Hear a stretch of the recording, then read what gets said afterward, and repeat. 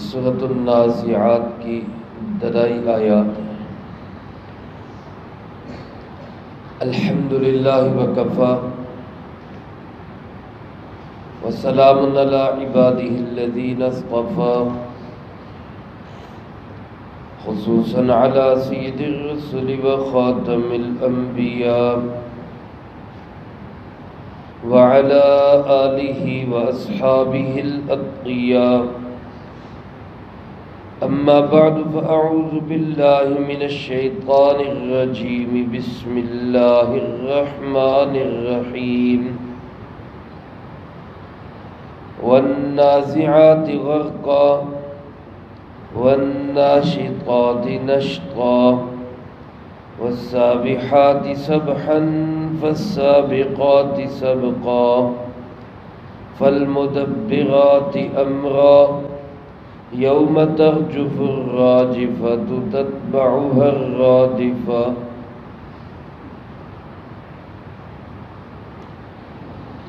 والنازعات غرقا،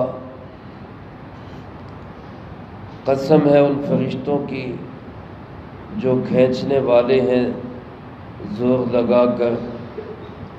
فالناشطات نشطا،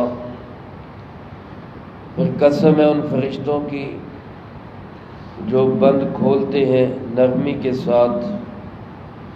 والسابحات سبحا، قسم ہے ان فرشتوں کی جو تیرتے ہیں تیزی کے ساتھ۔ فالسابقات سبقا، پھر قسم ہے ان فرشتوں کی جو دوڑتے ہیں ایک دوسرے سے سبقت کے لیے۔ فالمدبرات امرا، پھر قسم ہے ان فرشتوں کی جو حکم کو بجا لانے والے ہیں۔ یوم ترجف الراجفہ، وہ دن بڑا سخت ہے جس دن کانپے گی کانپنے والی۔ تتبعها الرادفہ، اور اس کے پیچھے آئے گی پیچھے آنے والی۔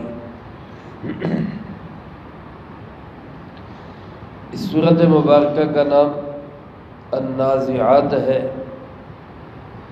جو اس کے پہلے ہی لفظ سے لیا گیا ہے۔ مکی سورت ہے۔ رسول اللہ صلی اللہ علیہ وآلہ وسلم کے ہجرت کرنے سے پہلے یہ سورۃ مبارکہ نازل ہوئی۔ ترتیب کے لحاظ سے اس کا نمبر 79 ہے، اور نازل ہونے کے اعتبار سے یہ 81ویں نمبر پہ نازل ہوئی۔ 46 آیات اور 2 رکوعوں پر یہ سورۃ مبارکہ مشتمل ہے۔ مرکزی موضوع اور مضمون اس سورۃ مبارکہ کا بھی قیامت کا قائم ہونا ہے، جیسا کہ اس سے پہلی سورۃ مبارکہ نبا کا موضوع بھی قیامت کا قیام ہی تھا، لیکن اس صورت میں اللہ پاک نے قیامت کے آنے کو ایک کسان کی نقطہ نظر سے بیان فرمایا کہ جس طرح ایک کسان زمین پہ محنت کرتا ہے، بیج بوتا ہے، ہل چلاتا ہے، فصل کی رکھوالی کرتا ہے، ان سارے امور کے بعد وہ نتیجہ چاہتا ہے کہ فصل پکے اور مجھے اس کا نفع حاصل ہو۔ اسی طرح قیامت کا آنا بھی یقینی ہے کہ ہر انسان دنیا میں یہاں محنت کرتا ہے، اور مقصد یہ ہوتا ہے کہ مجھے اپنی محنت کا پھل ملے۔ تو وہ پھل ملنے کا دن کون سا دن ہے؟ وہ قیامت کا دن ہے۔ یہاں اس سورۃ مبارکہ میں اللہ رب العالمین نے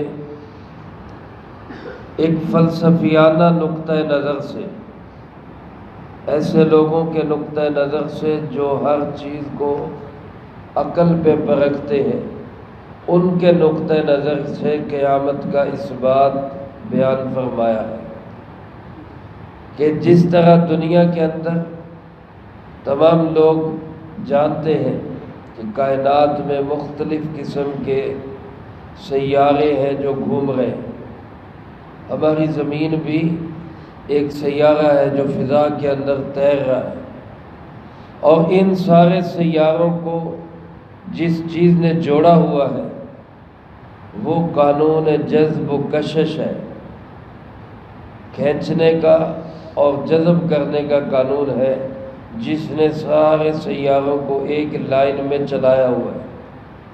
اگر وہ قانون ختم ہو جائے تو یہ سیارے، یہ ستارے، یہ آپس میں ٹکرا کے تباہ ہو جائیں، اور جب ایسا ہوگا اس کو اللہ پاک نے طامۃ الکبریٰ کا نام دیا ہے، بڑی تباہی، ایک بڑا حادثہ۔ اور وہ بڑا حادثہ، بڑی تباہی کیا ہے؟ وہ قیامت ہی ہے۔ قیامت کا آغاز چونکہ انسان کی موت سے ہوتا ہے، جب انسان مر جاتا ہے تو اس کی قیامت شروع ہو جاتی ہے۔ من مات فقد قامت قیامتہ، جو مر گیا اس کی قیامت تو شروع ہو گئی۔ اس لیے اللہ رب العالمین نے اس سورۃ مبارکہ کے آغاز میں فرشتوں کی 5 صفات کی قسم اٹھائی ہے، اور علماء نے لکھا ہے کہ فرشتوں کی یہ 5 صفات انسان کی موت کے وقت ظاہر ہوتی ہے۔ جب کسی بھی انسان کو موت آتی ہے تو فرشتوں کی یہ صفات ظاہر ہوتی۔ حدیث پاک میں رسول اللہ صلی اللہ علیہ وسلم نے ارشاد فرمایا، کسی بھی انسان کی موت کے وقت، اچھا انسان ہو یا بد کردار انسان ہو، ہر انسان کی موت کے وقت 500 فرشتے حضرت اسرائیل علیہ السلام کے ساتھ، جو ملک الموت ہے، 500 فرشتے ان کے ساتھ آتے ہیں اس انسان کی روح کو قبض کرنے کے لیے۔ پھر اگر وہ انسان اچھا، نیک اور اچھے اخلاق، اچھے عقیدے، اچھے اعمال اور اچھے معاملات والا ہے تو ہر فرشتے کے ہاتھ میں اس کے لیے ایک الگ بشارت اور خوشخبری ہوتی ہے، جنت کا کوئی نہ کوئی تحفہ ہوتا ہے۔ حضرت اسرائیل علیہ السلام جنت سے لائے ہوا ریشمی رومال اس انسان کی ٹھوڑی کے نیچے رکھتے ہیں، اور اس کی روح کو مخاطب کر کے فرماتے، یا ایتھا النفس المطمئنہ ارجعی الی ربک راضیۃ مرضیہ فادخلی فی عبادی وادخلی جنتی۔ اس روح کو مخاطب کر کے کہا جاتا ہے کہ اے روح، چل اپنے رب کی طرف، تو اپنے رب سے راضی، تیرا رب تجھ سے راضی۔ فرمایا کہ وہ روح ایسے نکلتی ہے کہ جیسے کسی مشکیزے کے اندر پانی ہو اور مشکیزے کا منہ کھول دیں تو پانی آرام سے باہر نکل جاتا ہے، اس طرح وہ روح نکل جاتی۔ اللہ مجھے آپ کو سب کو یہ آسان موت نصیب فرمائے، لیکن یاد رکھیں اس آسان موت کا تعلق روحانیت کے ساتھ ہے۔ بعض اوقات ظاہر میں انسان نظر آ رہا ہوتا ہے کہ اس کو بڑی تکلیف ہو رہی، لیکن حقیقت میں اس کو تکلیف نہیں، راحت محسوس ہو رہی ہوتی۔ اس لیے کسی کی ظاہری حالت کو دیکھ کے یہ نہیں کہہ سکتے ہم کہ فلاں کی موت بڑی سخت آئی ہے۔ ہو سکتا ہے اللہ پاک نے اس کے لیے کیسے آسانیاں پیدا کی۔ دوسری طرف اسی طرح جس انسان کا عقیدہ اچھا نہیں، عمل اچھا نہیں، معاملات درست نہیں، اخلاقیات اس نے تباہ کر لی، بگاڑ لی، بد کردار انسان ہے، اس کی روح کو قبض کرنے کے لیے بھی 500 فرشتے حضرت اسرائیل علیہ السلام کے ساتھ آتے ہیں، لیکن اب ہر فرشتے کے ہاتھ میں جہنم کی سزا کا کوئی نہ کوئی آلہ، کوئی ہتھوڑا ہے، کوئی گرز ہے، کوئی ڈنڈا ہے، کوئی اور چیز ہے جو اس روح کو مار مار کے نکالتے ہیں۔ اس پنجرے سے وہ روح نکلنا نہیں چاہتی کیونکہ اس کو آگے نظر آ رہا ہوتا ہے بڑی سخت سزائیں، وہ نکلنے کے بجائے اندر کو گھستی ہے تو فرشتے اس کو مار مار کے نکالتے ہیں، جس سے مرنے والے کو بڑی اذیت اور تکلیف ہوتی ہے۔ لیکن اس اذیت اور تکلیف کا تعلق بھی جسم کے ساتھ نہیں، روحانیت کے ساتھ۔ ہو سکتا ہے کسی بے ایمان کافر انسان کی موت بظاہر ہمیں ایسے لگے کہ پتہ ہی نہیں چلا، ہمارے نظر کے مطابق وہ بالکل آرام سے مر گیا، لیکن جو اس کے ساتھ بیتی ہے اس کو وہی جانتا ہے، یا اللہ جانتا ہے، کوئی اور نہیں جانتا۔ اس لیے میرے عزیز دوستو، اللہ پاک سے مانگنا چاہیے کہ اللہ ہمیں آسان موت نصیب فرمائے۔ موت کی سختیاں بڑی سخت ہیں، اللہ ان سے ہماری حفاظت فرمائے۔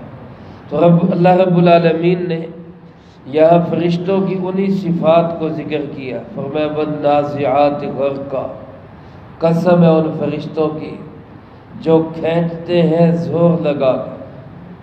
غرق کہتے ہیں کسی چیز میں ڈوب جانے۔ جب انسان کسی چیز میں محنت کرتا ہے تو اس کو کہتے ہیں کہ فلاں شخص اس کام میں غرق ہو گیا، یعنی بڑی محنت کر۔ اسی لیے اس کا ترجمہ یوں کیا گیا، قسم ہے ان فرشتوں کی جو کھینچنے والے ہیں زور لگا، یعنی وہ اس انسان کی بدکردار انسان کی روح کو بڑا زور لگا کے کھینچ دے۔ پھر فرمایا والناشطات نشطا، قسم ہے ان فرشتوں کی جو بند کھولتے ہیں نرمی کے ساتھ۔ یہ ان فرشتوں کی قسم ہے جو ایمان والے، اچھے اخلاق والے، معاملات کلیئر والے انسان کی موت کو لے کے آتے ہیں۔ تو وہ گویا ایسے جیسے بند کھولا، غبارے کے اندر ہوا بھری ہوئی ہے، اس کا منہ کھول دیا، آرام سے ہوا نکل گئی۔ یا پانی کا مشکیزہ ہے، بند کھول دیا، پانی آرام سے نکل گیا۔ ایسے فرشتے جب انسان، اچھے نیک انسان کی موت کے وقت اس کی روح کو کہتے بھائی چل، تو وہ ایسے نکلتی ہے کہ جیسے مشکیزے سے پانی نکل گیا۔ اس لیے ان کو کہا گیا قسم ہے ان فرشتوں کی جو نرمی کے ساتھ بند کھول دیتے۔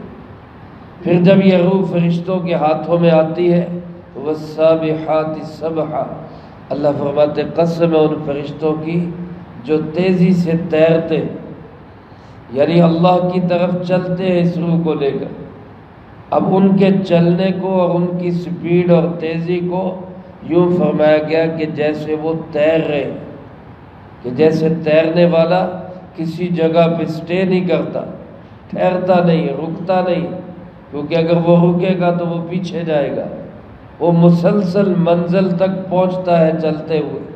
اسی طرح یہ فرشتے بھی مسلسل چلتے ہوئے بارگاہ خداوندی میں اس روح کو لے کے حاضر ہوتے ہیں۔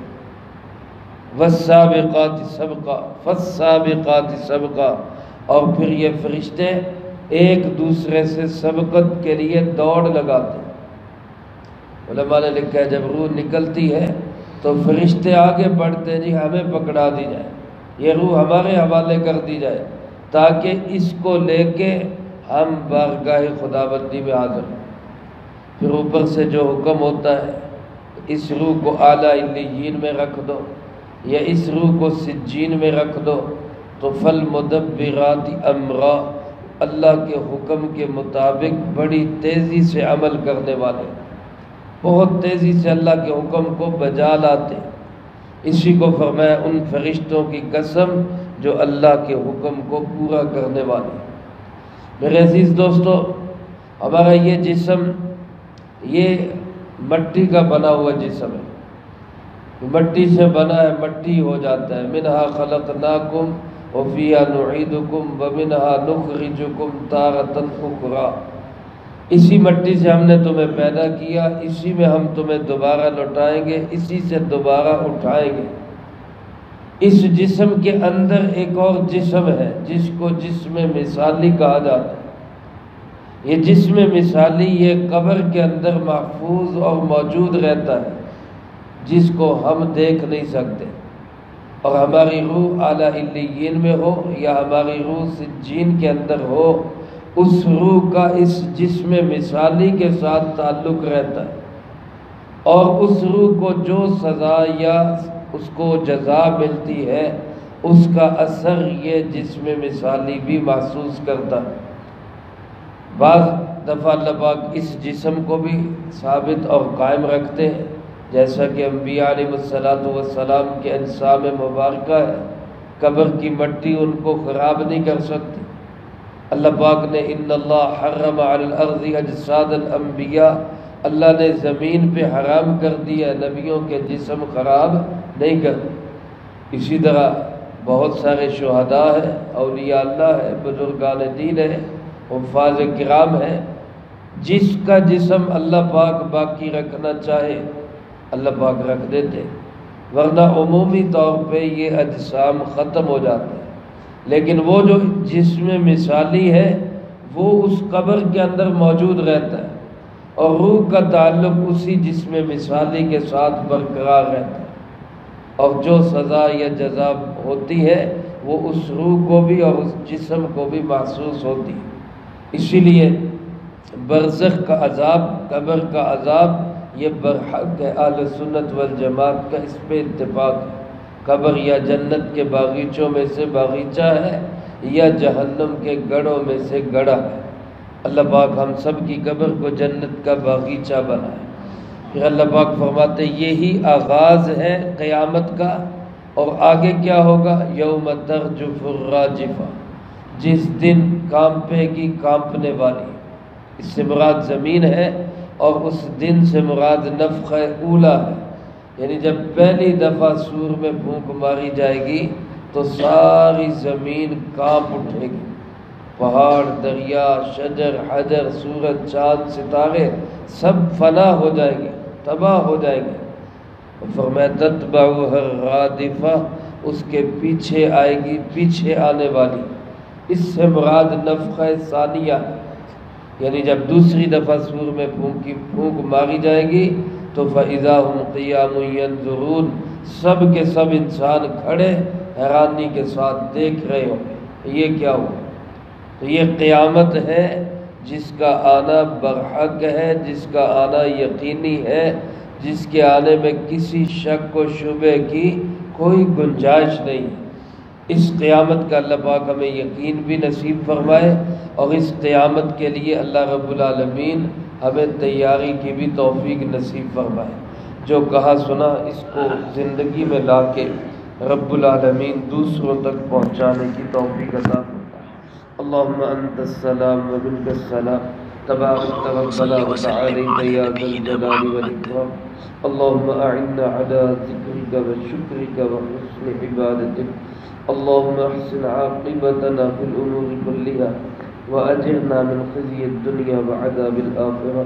اللہم واقیتا كواقیة الولید، اللہم استر عوراتنا وآمن روعاتنا۔ اللہم انا نجعلك في نحورهم ونعوذ بك من شرورهم۔ اللہم اکفنا بحلالك عن حرامك واغننا بفضلك عمن سواك۔ اللہم